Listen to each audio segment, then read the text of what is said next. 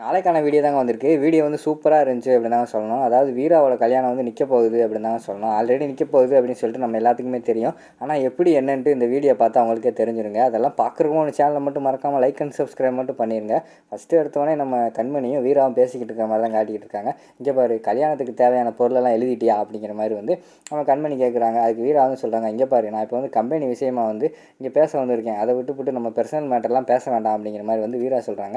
அதெல்லாம் பேசலாம், ஃப்ரீயாக இருக்கிற நேரத்தில் நம்ம பர்சனலுக்கு கொஞ்சம் டைம் ஒதுக்கு, சரியா? எழுதிட்டியா? இங்கே பாரு, நானே எழுதி வச்சிருக்கேன், நீ எழுதியிருக்கியா எழுதலையா அப்படிங்கிற மாதிரி கேட்காங்க. நான் எழுதலை அப்படிங்கிற மாதிரி வந்து வீரா கேட்காங்க. இந்தா, நானே உனக்காக எல்லாம் எழுதி வச்சிட்டேன், இந்தா பாரு அப்படிங்கிற மாதிரி சொன்னோன்னே திறந்து பார்த்தா அது பெரிய புக்கு மாதிரி பேப்பராக நிறைய எழுதி வச்சுருக்காங்க. உடனே வீரா வந்து சொல்கிறாங்க, எது கண்மணி இவ்வளோ பொருள் வாங்கணும்னு போட்டிருக்க, இதெல்லாம் தேவையில்லாது ஆடம்பர செலவு அப்படிங்கிற மாதிரி சொல்கிறாங்க. என்ன ஆடம்பர செலவு? கல்யாணம் வந்து வாழ்க்கையில் வந்து ஒரு டைம் தான் நடக்க போகுது, அதனால் வந்து நம்ம எல்லாமே பண்ணணும். அதுவும் இல்லாமல் இது வந்து ராமச்சந்திரன் சார் வீட்டுக்கு நடத்துகிற கல்யாணம் அப்படின்னு ஊரில் எல்லாருமே பேசணும் அப்படிங்கிற மாதிரி சொல்கிறாங்க. அதெல்லாம் ஒன்றுமே தேவையில்லை, எல்லாத்துக்கும் வயிறார சாப்பாடு போட்டால் போதும், எனக்கு தேவையானது என்னமோ அதை நானே எழுதிக்கிறேன், நீ ஒன்றும் தேவையில்லை அப்படின்னு சொல்லிட்டு வீரா அந்த இடத்துலேருந்து போயிடுறாங்க. கீழே வராங்க. ராகவன் வந்து கணக்கு பார்த்துக்கிட்டு இருக்காங்க. அப்போ வந்து மாமா நான் வந்து கிளம்புறேன் அப்படிங்கிற மாதிரி வீரா சொல்கிறாங்க. வீரா இரு, இந்த மாறனை விட சொல்கிறேன், மாறன் கொண்டு போய் விட்டுட்டு வா அப்படிங்கிற மாதிரி சொல்கிறாங்க. சரி அப்படின்னு சொல்லிட்டு வீரா வந்து மாறனோட பைக்கில் ஏறி வராங்க. நேராக வந்து வீரா வந்து அவங்க வீட்டில் இறக்கி விட்றாங்க. இறக்கி விட்டுட்டு வீரா அவங்ககிட்ட ஒன்று பேசணும் அப்படிங்கிற மாதிரி சொல்கிறாங்க. ஏன் அப்படிங்கிற மாதிரி கேட்டவங்க, நம்ம வரும்போது நிறைய பேர் நம்மளே பார்த்தாங்க அப்படிங்கிற மாதிரி சொல்கிறாங்க. ஆமாம், எதுக்கு பார்த்தாங்க அப்படிங்கிற மாதிரி வீரா கேட்காங்க. இல்லை, நான் இந்த பைக்கில் வந்து எந்த ஒரு லேடிஸுமே ஏற்ற மாட்டேன், என்கிட்ட லிஃப்ட்டு கூட கேட்பாங்க, நான் அப்பையும் வந்து ஏற்ற மாட்டேன்னு சொல்லிடுவேன். ஏன்னா நான் எல்லார்ட்டையுமே சொல்லுவேன், நான் கல்யாணம் பண்ண போகிற பொண்ணை தான் அந்த வண்டியில் ஏற்றுவேன் அப்படின்னு சொல்லியிருக்கேன். அதனால தான் எல்லாருமே வந்து நீ ஏறி வந்த உடனேயும் இது நீ தான் நான் கல்யாணம் பண்ண போகிற பொண்ணு அப்படின்னு சொல்லிட்டு அவங்க வந்து பார்த்தாங்க அப்படிங்கிற மாதிரி சொல்லிக்கிட்டு இருக்காங்க. இங்கே பாரு, தேவையில்லாமல் பேசிக்கிட்டு இருக்காத அப்படிங்கிற மாதிரி சொல்கிறாங்க. நான் ஒன்றும் தேவையில்லாமல் பேசலையே, நான் உண்மை தானே சொல்கிறேன். இதுக்கு முன்னாடி எங்கள் அத்தை ஏற்றிருக்கேன், எங்கள் அத்தையும் எங்கள் அம்மா மாதிரி தான், ஆனால் அதுக்கடுத்து உன்னையே தான் ஏற்றிருக்கேன் அப்படிங்கிற மாதிரி சொல்கிறாங்க.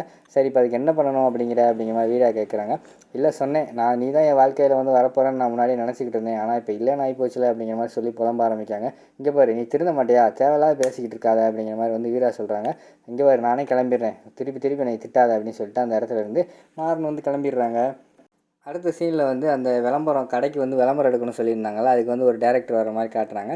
டேரக்டர் வந்து கார்த்தி தான் கூப்பிட்டு வராங்க. அப்பா இவர் தான்ப்பா டேரக்டரு, நிறைய ஆடெல்லாம் ஷூட் பண்ணியிருக்காரு, சூப்பராக பண்ணுவார்ப்பா அப்படிங்கிற மாதிரி சொல்கிறாங்க.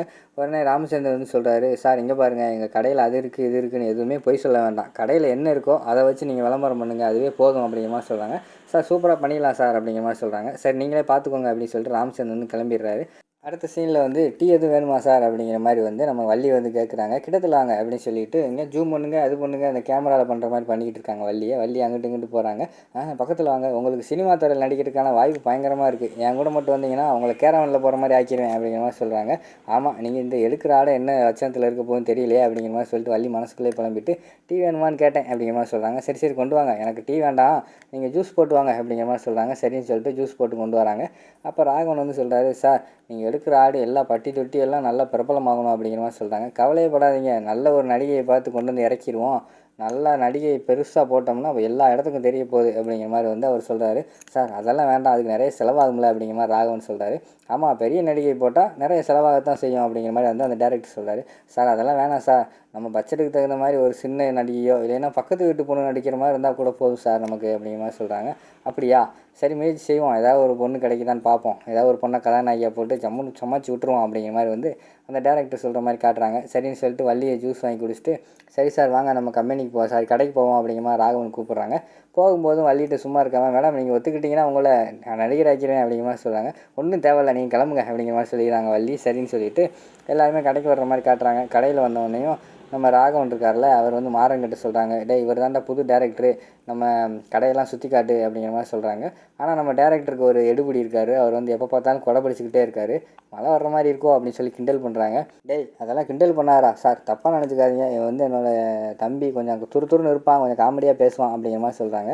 உடனே டேரக்டர், நான் அதை விட காமெடியாக பேசுவேன், நீங்கள் தப்பாக நினைக்காதீங்க என்னடா அப்படிங்கிற மாதிரி சொன்னோடனே அவர் எடுபடி வந்து, ஆமாம் சார் நானே சொல்ல நினச்சேன், நீங்கள் சொல்லிட்டீங்க அப்படிங்கிற மாதிரி சொல்லிட்டு இருக்காரு. சரி வாங்க கடையை சுற்றி பார்ப்போம் அப்படின்னு சொல்லிட்டு சுற்றி காட்டிக்கிட்டே இருக்காங்க. இதுதான் சார் சுடிதார் செக்ஷன், இதுதான் சார் சேரீ எடுக்கிற செக்ஷன் அப்படிங்கிற மாதிரி சுற்றி காட்டிக்கிட்டே இருக்காங்க. அவர் சும்மா இருக்காமல் அந்த கேமரா ஆங்கிலெல்லாம் வைப்பாங்களா, அது மாதிரி கையை வச்சுக்கிட்டு காமெடி பண்ணிக்கிட்டு சுற்றிக்கிட்டு இருக்கிற மாதிரி காட்டிக்கிட்டு இருக்காங்க. அப்படியே சுற்றிக்கிட்டு வரும்போது வீரா வந்து ஒரு ஆன்ட்டிக்கு அவனுக்குள்ளே இருக்காங்க, அவங்களுக்கு வந்து சேரீ எடுத்து காட்டிக்கிட்டு இருக்காங்க. அப்போ வந்து மாறன் வந்து கேட்குறாங்க, சார் தப்பாக எதுவும் நினைக்காதீங்க, இங்கே வெயிலும் அடிக்கலை மழையும் பெய்யலை, அதுக்கப்புறம் எதுக்கு சார் உங்களுக்கு வந்து ஒருத்தர் கொடை பிடிச்சிக்கிட்டே இருக்காரு அப்படிங்கிற மாதிரி சொன்னோன்னே, எனக்கு வந்து வெளிச்சம் ஆகாது, வெளிச்சம் பட்டாலே எனக்கு வந்து கண்ணு கூசும், அதனால தான் இவன் வந்து கொடை பிடிச்சிக்கிட்டு இருக்கான் அப்படிங்கிற மாதிரி சொல்கிறாங்க. என்னமோ என்ன ஆடு விளங்க போதும் அப்படிங்கிற மாதிரி வந்து நம்ம மாறன் வந்து மனசுக்குள்ளே நினச்சிக்கிட்டு இருக்க மாதிரி காட்டுறாங்க. விறுவிறுன்னு வீரா பக்கத்தில் போகிறாங்க. வாவ் சூப்பர் கேர்ள், பக்கத்து வீட்டு பொண்ணு மாதிரி இருக்குது, இந்த பொண்ணை வச்சு ஆடு எடுத்தால் கண்டிப்பாக பயங்கரமாக ஆயிரும், இந்த பொண்ணு தான் கதாநாயகி என்னடா அப்படிங்கிற மாதிரி அவர் எடுபிட்டு சொல்கிறாங்க. சார் நான் சொல்ல நினச்சேன் நீங்களே சொல்லிட்டீங்க அப்படின்னு வழக்கம் போல் அவர் ஒரு டைலாக் சொல்கிறாரு. உடனே வீரா வந்து மாறனை வந்து முறைச்சி பார்க்காங்க. ஏய் நான் சொல்லலை, இதெல்லாம் ராகவன் சொன்னான், டேய் ராகவா இங்கே வாடா வாடா அப்படிங்கிற மாதிரி சொல்லிவிட்டு ராகவனை வந்து கூப்பிட்டு வராங்க. கூப்பிட்டு வந்தவொடனே, சார் நீங்கள் தானே சார் சொன்னீங்க பட்ஜெட்டு கம்மியாக இருக்கணும், ஆனால் எல்லா இடத்துக்கும் ரீச் ஆகணும், பக்கத்து வீட்டு பொண்ணு மாதிரி வேணும்னு சொன்னீங்களே, இந்த பொண்ணு பக்கத்து வீட்டு பொண்ணு மாதிரி இருக்குது, இந்த பொண்ணை வச்சு நம்ம வந்து ஆடு எடுத்தோம்னா கண்டிப்பாக ரீச் ஆகும், உங்கள் பட்ஜெட்டுக்குள்ளேயே வரும், என்ன சொல்கிறீங்க அப்படிங்கிற மாதிரி சொல்கிறாங்க. உடனே ராகவன் வந்து, வீரா தப்பாக நினச்சிக்கிறாத, நான் அப்படி சொன்னது உண்மை தான், ஆனால் உன்னே சொல்லலை, அவர் அப்படி சொல்கிறாரு அப்படிங்கிற மாதிரி சொல்கிறாங்க. சார் கேட்டு பார்த்துட்டு சொல்லுங்கள், டக்குன்னு எடுத்துருவோம், இப்போயே ஷூட்டை ஸ்டார்ட் பண்ணிடுவோம் அப்படிங்கிற மாதிரி டேரக்டர் சொல்கிறாரு. சார் அதெல்லாம் இல்லை சார், அந்த பொண்ணு வந்து இந்த ஆளெலாம் நடிக்க மாட்டாங்க அப்படிங்கிற மாதிரி சொல்லிடுறாங்க. வீரா வந்து யோசிச்சு பார்த்துக்கிட்டே இருக்கிற மாதிரி காட்டிக்கிட்டு இருக்காங்க. அதோட பார்த்தீங்கன்னா இந்த எபிசோட் வந்து முடிச்சிடுறாங்க.